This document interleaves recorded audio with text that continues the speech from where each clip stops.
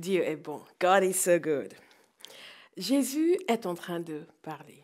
Jésus est entouré d'une foule nombreuse. Et il commence à leur expliquer une histoire. Il leur raconte en réalité une parabole. Et c'est la parabole que l'on appelle la parabole du semeur. La parabole aussi des 4 terres. Parce que Jésus leur parle de 4 terres, 4 types de terres différentes. Et il y a le semeur et la semence. Le semeur part, il sème. Et le résultat est différent en fonction du type de terre. De quoi est-ce que je suis en train de parler? La parole de Dieu nous invite à porter des fruits. En tant que chrétiens, nous sommes censés mener des vies productives, des vies saines et des vies saintes. Nous sommes censés, de par notre façon d'être et notre façon de vivre, manifester l'amour, la joie, la patience, la bonté, la douceur, la miséricorde et ainsi de suite. Et nous sommes censés faire des choses qui honorent Dieu. Parce que Jésus dit par exemple, lorsque vous portez des fruits, mon Père est glorifié. Jean chapitre 15. La manière dont nous vivons sur la terre doit honorer Dieu. Nous devons vivre et faire des choses qui changent le quotidien des gens qui nous entourent, qui changent notre quotidien. Des choses qui amènent une productivité accrue, amènent un rendement positif dans la vie des gens qui nous entourent. Et nos propres vies devraient refléter cette victoire extraordinaire de Jésus. Et la question que les gens se posent, mais c'est comment faire? Et Jésus nous explique comment faire dans cette parabole du semeur. Il nous explique ces différentes terres. Dans une de ces terres, il y aura des fruits. Dans les autres, il n'y a pas de fruits. Et il y a des raisons pour cela. Et quand nous examinons ces raisons, nous sommes en mesure de déterminer déjà quel type de terre nous sommes et déterminer aussi ce qui nous empêche de porter des fruits, de telle sorte que nous allons orienter nos vies de telle sorte à être productives. Donc Jésus explique, un semeur sorti pour semer sa semence. Comme il semait, dans Luc chapitre 8, verset 4, verset 15, il y a d'autres références également. Comme il semait, une partie de la semence tomba le long du chemin. Elle fut foulée aux pieds et les oiseaux du ciel la mangèrent. Et c'est sur cela que nous allons nous attarder aujourd'hui. Lorsque les disciples sont allés voir Jésus pour demander l'explication parce qu'ils ne comprenaient rien, Jésus leur a donné cette explication. Il leur a dit, la semence, c'est la parole de Dieu. Et au verset 12, ceux qui sont le long du chemin, c'est-à-dire cette première terre dont nous venons de parler, ce sont ceux qui entendent, écoutez bien, puis le diable vient et enlève de leur cœur la parole de peur qu'ils ne croient et qu'ils ne soient sauvés. Dans Matthieu, le même passage dans Matthieu chapitre 13, au verset 19, il ajoute ceci, lorsqu'un homme écoute la parole du royaume et ne la comprend pas, ça c'est une clé essentielle. Et nous allons en parler aujourd'hui. Et ne la comprend pas. Le malin vient et enlève ce qui a été semé dans son cœur. Cet homme est celui qui a reçu la semence le long du chemin. Alors qu'est-ce que nous voyons ici? Jésus est en train de nous dire de façon catégorique, mais on ne peut plus catégorique, que lorsque la parole de Dieu est semée dans le cœur d'une personne, que ce soit parce que la personne a médité la Bible ou qu'elle a écouté une prédication, il y a une réaction. Et quand vous lisez ce passage dans l'évangile de Marc, il dit aussitôt Satan vient et enlève la parole. En d'autres termes, ça ne tarde pas. Vous entendez un message, vous écoutez une prédication, vous lisez la parole de Dieu. Tout de suite, le diable va venir, il va essayer d'enlever ce qui est dans votre cœur. Alors, il y a certains qui vont me dire, oui, mais bon, le diable... Non. C'est très intéressant parce qu'il y a une étude qui a été faite par le groupe Barna, une célèbre maison d'études, de survey, etc. J'utilise le mot anglais, aux États-Unis, et qui montre que 26% des Américains, uniquement 26% des Américains, croient à l'existence du diable. Alors, ce qui est encore plus surprenant, c'est que 52% des personnes qui disent être des chrétiens nés de nouveau, uniquement 52% croient qu'il y a un diable qui existe. C'est quand même choquant. Alors, il faut croire que Jésus ne savait pas de quoi il parlait. Jésus nous dit ici clairement que le diable est une réalité et que le diable agit contre nous et il agit contre nous en essayant de voler la parole que nous avons reçue pour éviter que cette parole ne soit ancrée en nous et qu'elle nous porte de fruits, pour éviter que nous soyons sauvés. Ça, c'est quelque chose d'extraordinaire. Parce que Jésus savait de quoi il parlait. En réalité, ce qu'il est en train de faire ici, c'est de nous ouvrir les yeux spirituels. Jésus est en train de nous montrer ici les choses qui font obstacle dans nos vies. Alors, si vous faites partie de ces chrétiens qui, oui, mais moi, je suis chrétien depuis longtemps, ou moi, je ne sais pas si je suis chrétien, qu'est-ce qui va se passer, ma vie? Non, non, non. Écoutez attentivement ce que je suis en train de dire. Voici ce qui fait obstacle dans nos vies. 3 types de terres. Qu'est-ce qui fait obstacle? La première terre, qu'est-ce qui fait obstacle? C'est le diable. Il vient et il vole la parole. Alors, souvent, les gens, même les gens qui croient que le diable existe, imaginent que le diable agit à travers leur patron pour les énerver. Imagine que, oui, quand il rate le but, c'est le diable qui est derrière ou tel. Et les gens imaginent toutes sortes de choses. Mais peu de gens prennent conscience du fait que le diable agit pour nous voler la parole de Dieu qui a été enseignée, pour nous amener à ne pas recevoir cette parole profondément en nous et à ne pas la laisser amener le changement nécessaire dans nos vies. C'est très intéressant. La parole de Dieu nous dit ceci dans 1 Pierre chapitre 5 au verset 8. « Soyez sobres, veillez.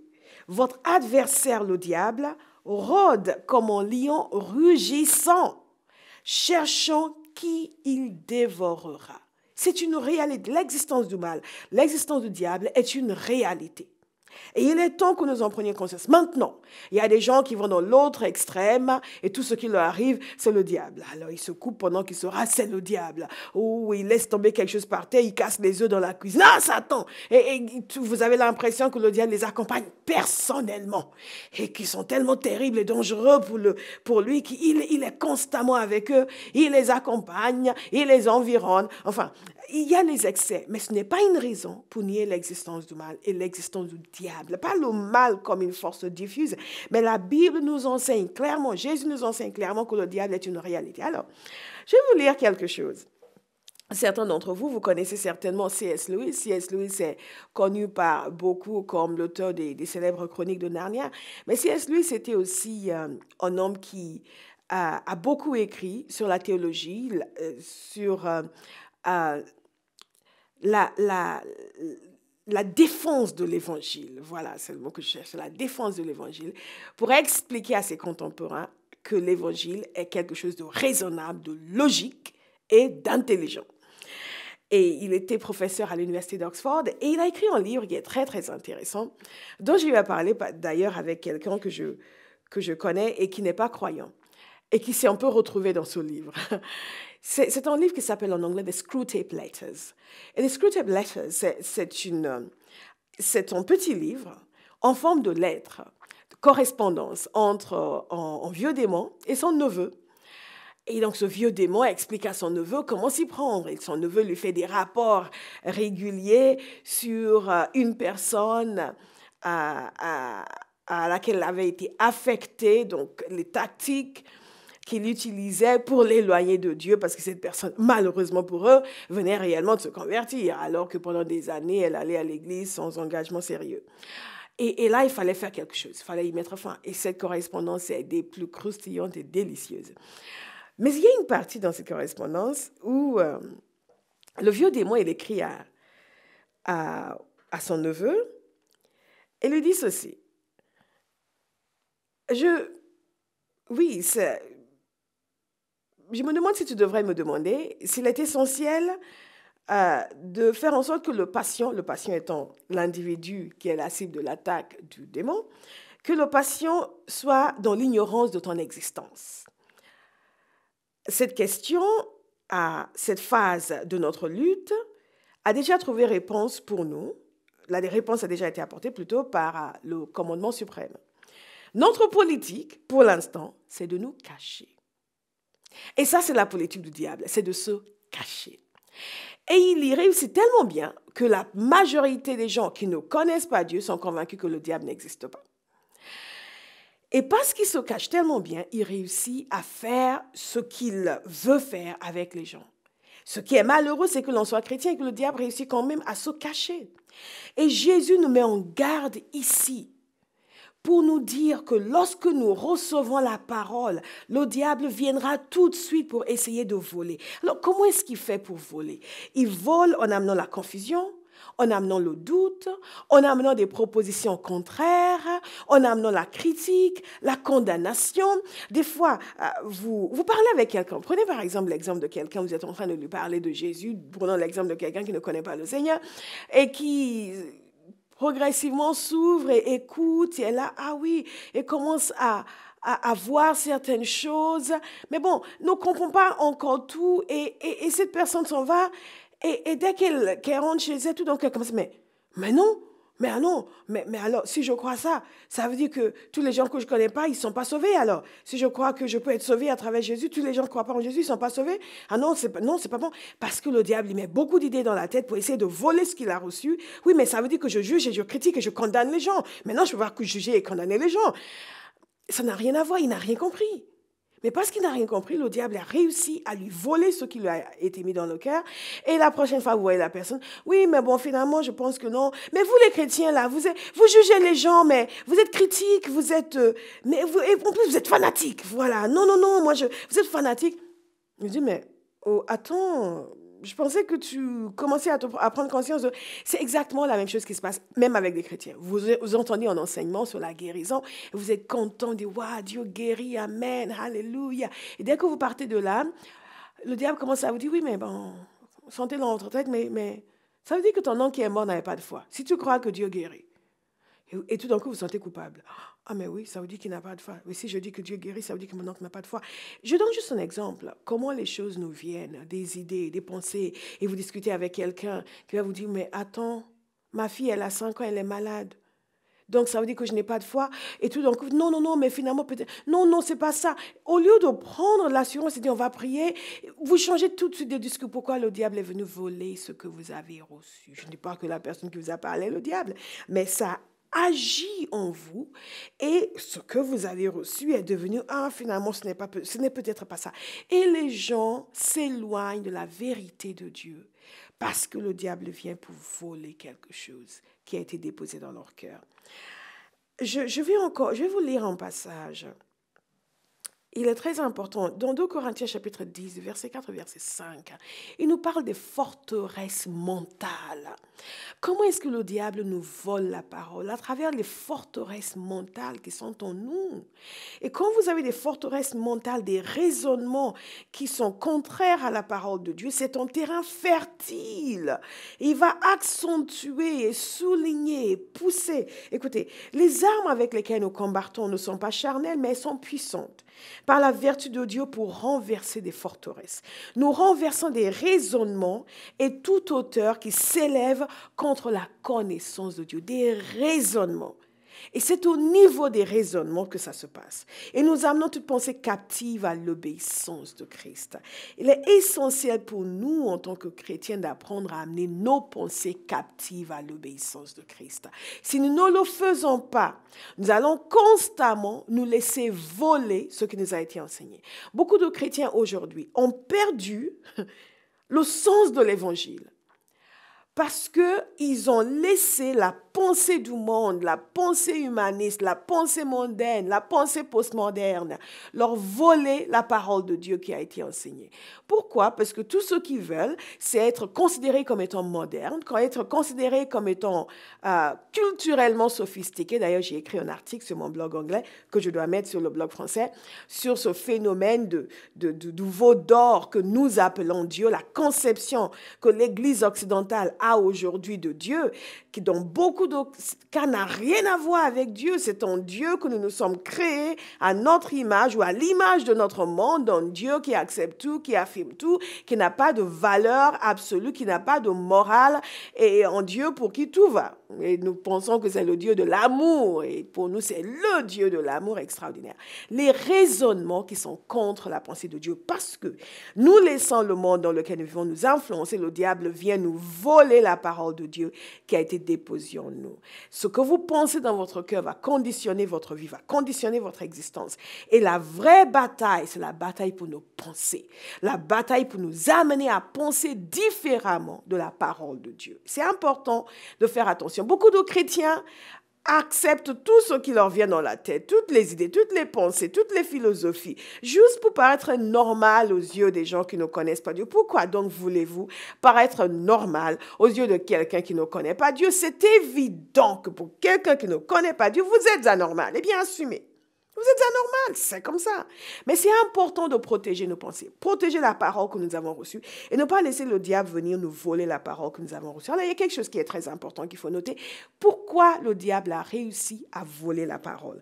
Nous avons la clé ici dans Matthieu 13, verset 19.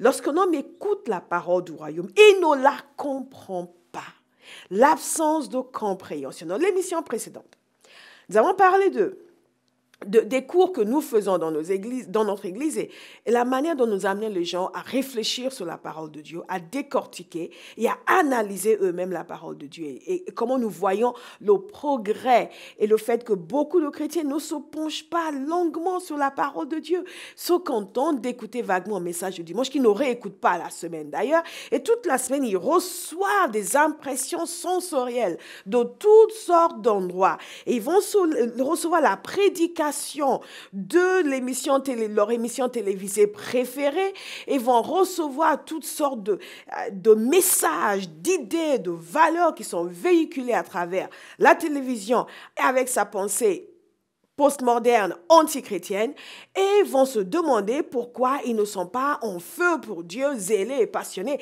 parce que vous êtes remplis d'autre chose que de la parole de Dieu. Et la parole qu'ils ont reçue, ce petit repas dominical qu'ils ont reçu, ils ne la comprennent pas, cette parole.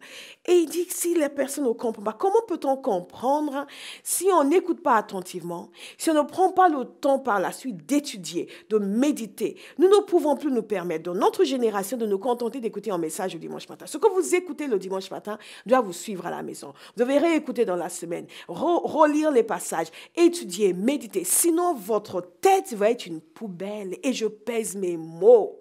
C'est là où le monde, avec sa pensée qui est contraire à l'évangile, va jeter tous ces détritus. Et vous allez vous demander pourquoi vous n'êtes pas passionné de Dieu. C'est évident que l'on ne peut pas être passionné de Dieu lorsqu'on passe son temps à se remplir d'informations contraires à la parole de Dieu. C'est une évidence. Et beaucoup de chrétiens essaient d'effectuer la quadrature du cercle. Impossible. On ne peut effectuer la quadrature du cercle. De ce dont vous vous nourrissez, c'est ce dont vous êtes constitué. C'est aussi simple que ça. Pourquoi le diable a pu voler la parole? Parce qu'ils n'ont pas compris. Dans quelle mesure est-ce que vous comprenez ce que vous lisez? Dans quelle mesure est-ce que vous comprenez ce que vous étudiez? Est-ce que vous prenez le temps d'aller jusqu'au bout, de décortiquer? Nous ne pouvons plus nous permettre un petit verset pour la journée. Il faut que les enfants de Dieu deviennent des étudiants de la parole de Dieu, qui s'installent et qui étudient, qui méditent, qui posent des questions et qui vont loin dans l'étude, dans l'analyse. Dieu nous a donné un cerveau. Il nous a demandé de renouveler notre intelligence et non pas de rejeter notre intelligence. Et nous en avons besoin parce que tout ce que nous assimilons par ailleurs est en train de créer un schéma en nous qui ne correspond pas à la parole de Dieu. Vous savez, j'étais en train de lire un article d'un neurologue l'autre jour. Et il expliquait comment nous créons des voies dans nos cerveaux. Avec les choix que nous faisons, les actions, les réactions que nous mettons en place, créer des voies. Quand vous êtes face à une situation et vous prenez telle décision d'agir de cette manière-là, c'est une voie qui a été créée. La prochaine fois que vous êtes face à cette situation, vous allez en toute probabilité adopter la même voie. Prendre la même voie, adopter le même schéma. Qu'est-ce qui se passe lorsque vous méditez constamment la parole de Dieu? Elle est en vous. Lorsque vous êtes face à une situation, ce qui vous vient, c'est ce que vous avez mis en place, la parole de Dieu. Et la décision que vous prenez qui correspond à la parole de Dieu, c'est la même que vous allez prendre la fois suivante, et la fois suivante, et la fois suivante. Et qu'est-ce qui se passe? Quand vous faites ça constamment, qu'est-ce qui se passe? C'est que vous devenez quelqu'un dont la vie est conduite par la parole de Dieu et vous allez produire des fruits. Il y a des principes qui sont essentiels ici.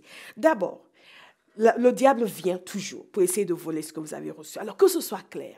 Arrêtez de regarder votre voisin et l'appeler sorcier. Il fait des incantations la nuit et vous empêche de dormir. Ce n'est pas ça votre problème. Votre seul problème, c'est la parole de Dieu. Et l'attention que vous y portez ou que vous n'y portez pas, c'est fondamental. C'est ça notre problème. Quand nous sommes en mesure de mettre la parole et de comprendre, et je répète encore, comprendre, Oh, comprendre la parole. Pourquoi c'est important? Parce que c'est l'absence de compréhension qui fait que le diable est en mesure de nous voler la parole, amener la confusion, l'accusation, les attaques en tout genre, et nous renonçons à ce que nous avons entendu. Nous voulons comprendre.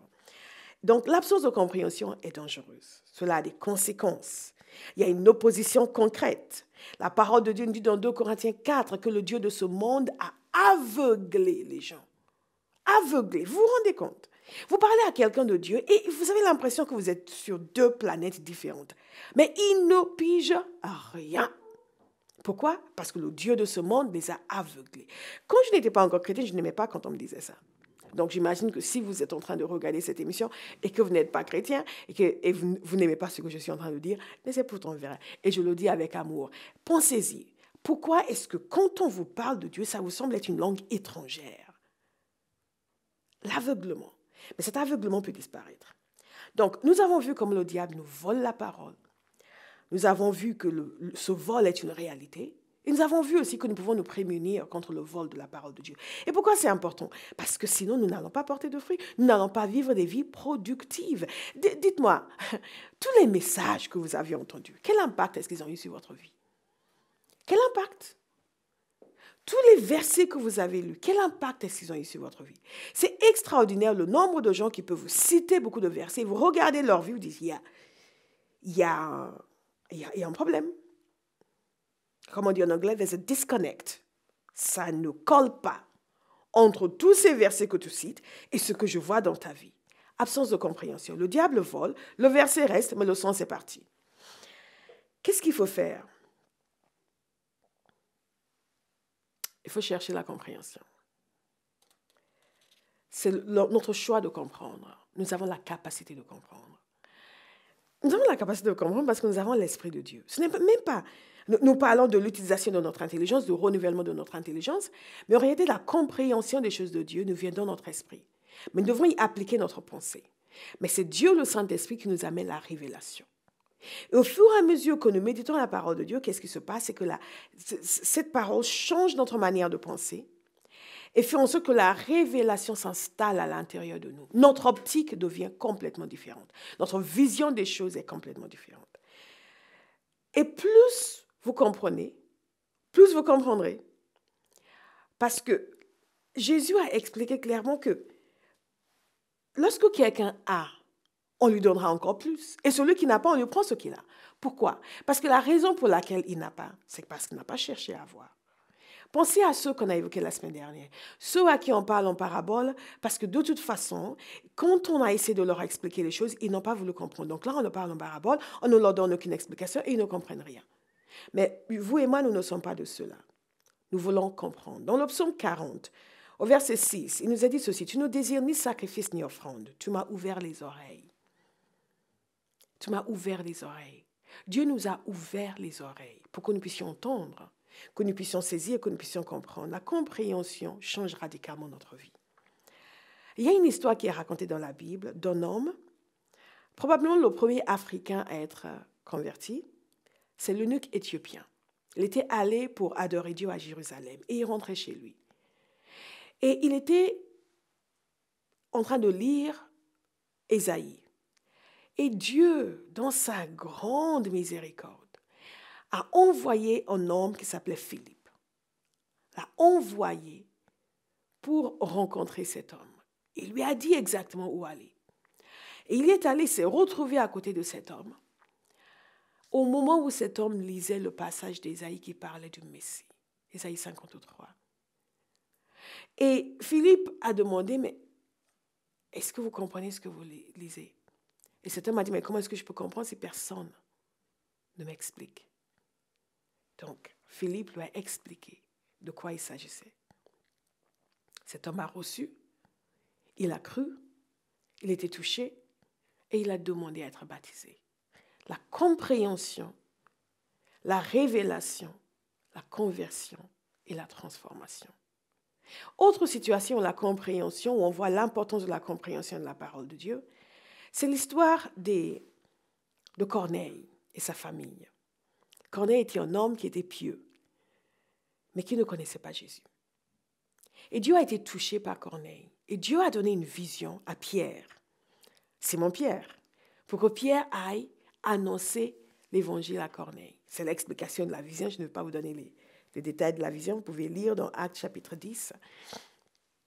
Et Pierre, à cause de la manière dont la vision est venue, il était hésitant, il était réticent. Et Dieu l'a quand même poussé à y aller. Et il est allé. Au moment où il parlait avec Corneille de Jésus, comment dire, à moins d'esprit et de puissance, Jésus de Nazareth, qui allait partout faisant du bien, guérissant tous ceux qui étaient opprimés par le diable, car Dieu était avec lui. Corneille et sa famille ont cru pendant qu'ils écoutaient, et ils ont été baptisés dans le Saint-Esprit, au grand étonnement de Pierre et des autres. Pourquoi? Parce qu'ils n'avaient pas compris que l'évangile était destiné au monde entier et pas uniquement aux Juifs. Et cette compréhension que Dieu a donnée a complètement changé le visage de l'Église. À partir de là, ils ont compris. Et quand ils ont été dispersés, beaucoup ont commencé à annoncer, par la persécution à Jérusalem, beaucoup ont commencé à annoncer l'évangile aux non-juifs. Et comme on dit en anglais, the rest is history. Et la face du monde a été changée, la compréhension de la parole de Dieu, qui a amené la transformation dans les individus, mais aussi dans l'Église tout entière. Ma prière pour vous et moi, c'est que nous soyons des hommes et des femmes désireux de comprendre la parole de Dieu.